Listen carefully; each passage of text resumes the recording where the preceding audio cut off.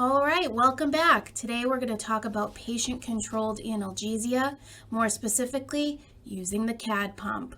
So it happens. The dreaded order for the PCA. Now what? It's always nerve-wracking as a nurse when we encounter something we haven't done in a while or ever. The CADD pump is one of these anxiety-provoking procedures. But don't worry, you've got this. Use this quick video to get you and the CADD pump up and running. We actually really like patient-controlled analgesia. It's really safe for our patients. Think about it. An oversedated patient can't push the button. Often, the hardest part of initiating a PCA on your patient is gathering all the equipment. You're going to see everything that you'll need listed here. First, you're going to get the CADD pump and CADD pump tubing from the PACU. You'll also find the Capno monitor and tubing in the PACU. Next, you'll get the CADD pump key from the Omnicell and the medication cartridge from pharmacy. Finally, you'll need a Baxter pump and a primary normal saline infusion to run concurrently at the Y site closest to the patient. The normal saline should run at a minimum of 10 milliliters an hour. So what is capnography and why do we do it? Capnography is a way that we can measure our patient's carbon dioxide level. Why is this important? Well, for patients on a PCA, it can help us detect respiratory depression caused by oversedation. Capnography has many uses, but for today, this is the one we'll be focusing on. The normal range for end-tidal CO2 is 35 to 45. This is easy to remember because it matches up with the normal CO2 level that you would get on a patient's ABG. Studies show that end-tidal CO2 correlates very well with the PA CO2 that you would get on an ABG. And this is good news for our patients because ABGs are very invasive. Capnography provides a nice non-invasive way to get a CO2 level on our patients. In the case of respiratory depression, your patient may have a high or a low end-tidal CO2. It's dependent on many factors, including how shallow or how deep the patient's breaths are. So what I would urge you to do is instead of focusing on whether the reading is high or low, ask yourself, is my patient's end-tidal CO2 within normal parameters? Has it changed from the patient's baseline, and what is the trend over time? Setting up the capnography is easy, and we do require it whenever somebody is on a PCA infusion, except end-of-life situations. But you don't need an order, and you can use this on any patient that you might see fit. Let's take a look at the screen. In the top right-hand corner, this is where you will obtain your end-tidal CO2 reading. You're going to make sure you document this at least every 4 hours on the patient's vital sign flow sheet under where the SAT is. If the patient is showing signs of respiratory depression and you're concerned in any way, you would want to document this more frequently. Underneath the end-tidal CO2 reading is the SAT reading. You're going to want to make sure that you put a SAT probe on the patient, connect it to the Capno machine for continuous pulse oximetry. To the left of your end-tidal CO2 reading is your capnography waveform. Let's take a minute to discuss this waveform, what it means, and how you can use it to make clinical judgments about your patient. This is what a normal end-tidal CO2 waveform looks like. It has a very boxy appearance. You have a sharp incline on inhalation, followed by the plateau, which represents exhalation. You can see that the end-tidal CO2 is measured at the very end of exhalation, when all that air that was deep down in the lungs has been breathed out. Finally, you see a dramatic drop and a pause before the next breath begins. When you string those breaths together, you get your waveform. And your waveform has the ability to tell you things about your patient, both simple things as well as more complicated things. For example, in the example at the top, we see a waveform in which there is a normal looking appearance. We see a boxy looking shape. If we measured the end-tidal CO2 on this top example, it would be somewhere below 45, somewhere in the range, I would say, of 35 to 40. so it's within normal parameters, but the waveform also tells us that this patient's breathing fast, as opposed to the bottom example, in which we do see a normal appearing waveform, but if we got the end-tidal CO2 reading off of this example, we'd see it's just above normal, just above 45, maybe 48 or so. So I would want to ask, is that where my patient has been? Is that a change? What's the trend over time? What I can also tell, though, from this bottom example is that there's a prolonged exhalation here, and this patient is breathing slow. Moving on to some slightly more complicated examples. In the top here, what we see is that first respiration is not quite as boxy as a normal waveform. It's a little rounded, and it's followed by two kind of very suppressed breaths and a period of flatline, followed by a normal appearing waveform, but that is a breath with a very high end-tidal CO2. And so what we're seeing here is that this patient had a period of apnea, which is represented in the flat line, followed by a normal breath, but a normal breath that had a lot of CO2 built up in it. So we like capnography because for this reason, it can detect changes in our patients faster than SAT alone and faster than monitoring respiratory rate alone. This type of activity is probably not going to be evident on your SAT probe.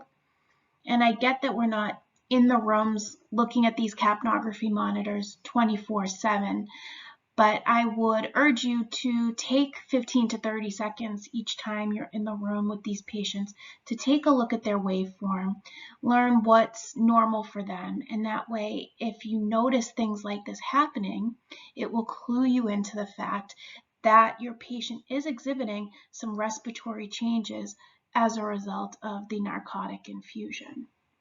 And then the example on the bottom shows a capnography waveform in which the end-tidal CO2 is gradually rising. And so then you might also see it gradually fall a little bit. So again, your waveform can tell you many things about what might be going on with your patient and how they might be responding to the narcotic infusion. Finally, the nasal cannula that you'll need to use for the capnography machine has two ports. The orange port goes to the capnography machine, and the other port can be connected to oxygen in the case that your patient needs it. Once you've gathered all of your equipment, you'll need to take a close look at your order. First, make note of both the drug and the concentration. In this case, we have Dilaudid in a 1-to-1 mix. Ensure that the drug and concentration listed on the order match the label on the cartridge sent from pharmacy. You'll also see the notation that this order is for PCA General. In opioid tolerant patients, you may see this noted as opioid tolerant, which may result in a more concentrated mix. You can then take a look at the different parts of the order. The first part is the patient bolus dose. This is how much medication the patient will receive each time they push the button. In this case, 0.2 milligrams of Dilaudid. Next, you'll see the lockout interval. The patient can push the button as many times as they like, but they'll not receive a dose of medication more than once every 6 minutes. Next, you'll note the continuous rate. Providers have the option to provide patients with the continuous infusion of the analgesic in addition to the patient-controlled dose. But in this example, you'll see that there is no continuous infusion ordered. Finally, the 1-hour dose limit is an extra safety guard the provider can put into place on top of the lockout interval. Now we are ready to program and prime our pump. Power on the pump using the power button on the right side of the machine. Choose Yes to select a new patient. Choose Intravenous PCA. Based on the order, select General. Our order is for Dilaudid, so choose hydromorphone 1 milligram per milliliter. The code for our CADD pump is 789. Review these settings are correct and press Yes. Click Review to review the pump settings. Based on the order, Enter the value for continuous rate, PCA dose, PCA lockout, and 1 hour limit. Note you need to accept each value using the button in the bottom right hand of the screen, giving it a green check mark in order to continue. The reservoir volume defaults to 45. Use this like a volume to be infused to ensure that you can obtain the next cartridge from pharmacy in a timely manner.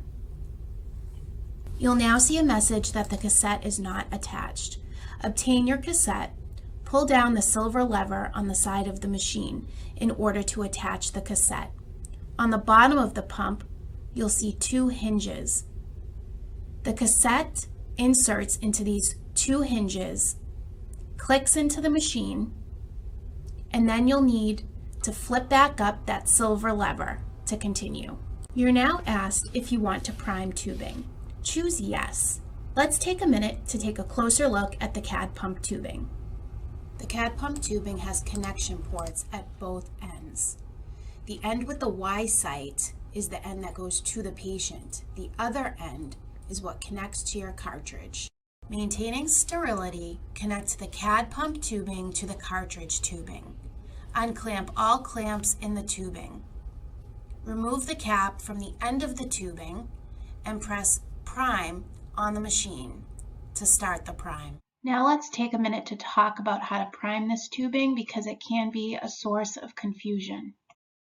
After you've attached your CADD pump tubing to the cassette and said yes to prime on the CADD pump, where we left off in the last clip, you are going to prime your CADD pump tubing with the medication as shown here in red, up until this point in the tubing.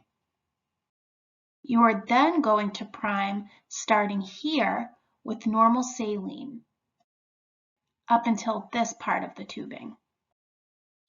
Now, due to the fact that there is normal saline that fills the tubing from the point of the Y site on the left up until the point of patient connection on the right, we need to understand and educate our patients that with the first couple clicks of the button, there may be a slight delay in medication administration.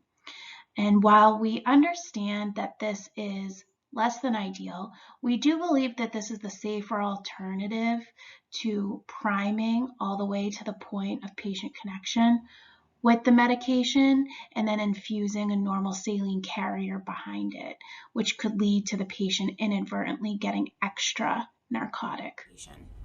The CADD pump now prompts you to lock the pump with the CADD pump key in order to begin infusing the medication. The key fits into the lock on the side of the machine behind the silver lever. Turn clockwise to lock. The machine now asks if you want to start the pump. If you've not already connected the tubing to your patient's IV access, do so now. Then choose yes to start the pump. The indicator at the top of the screen now switches from stopped to running.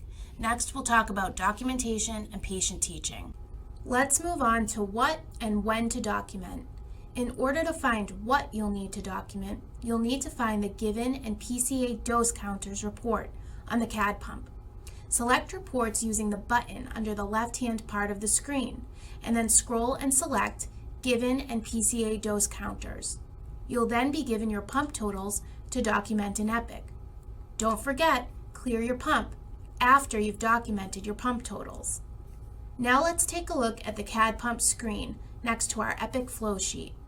Taken right from the report, you'll document the number of doses given and the number of attempts. This is helpful in understanding your patient's pain control. You'll then document total dose since last documented. This is in units of medication, in this case milligrams. And finally, you'll document volume infused in milliliters. You do not need to document reservoir volume. Now let's talk about when to document. You'll need to document shift totals at the end of each shift. You can see in this example that shift totals were documented at 3 p.m., 11 p.m., and 7 a.m. You do not need to document shift totals when you hang a new bag. When you scan a new bag in the MAR, it automatically flows to the flow sheets as seen here. Once you record and document your shift totals, don't forget to clear your pump as shown previously. Finally, an independent double check must be performed on all new medications and dose changes.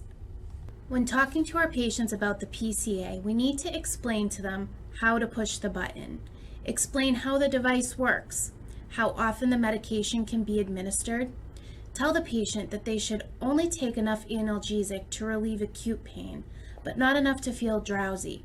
Stress that the patient should be the only person to press the button, not a loved one, visitor, or even a nurse or doctor. Finally, reiterate the safety of this type of pain control. Thank you for watching this video. As always, our videos are only meant to augment our policy and procedure manuals. So please refer to the Lippincott procedure, patient-controlled analgesia, and also the EPIC tip sheet PCA documentation for more information.